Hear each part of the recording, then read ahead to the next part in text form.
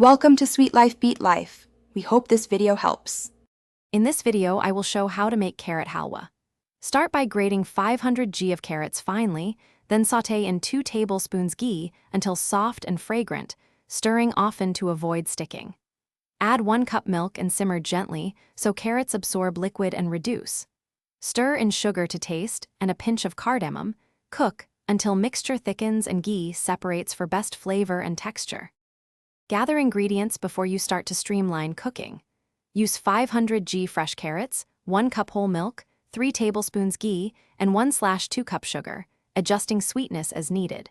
Keep cardamom powder and chopped nuts handy for aroma and texture. A squeeze of lemon brightens flavors and preserves color. Having everything ready helps you maintain consistent heat and prevents overcooking or burning while stirring the halwa to the perfect finish. Start by grating carrots finely for even cooking.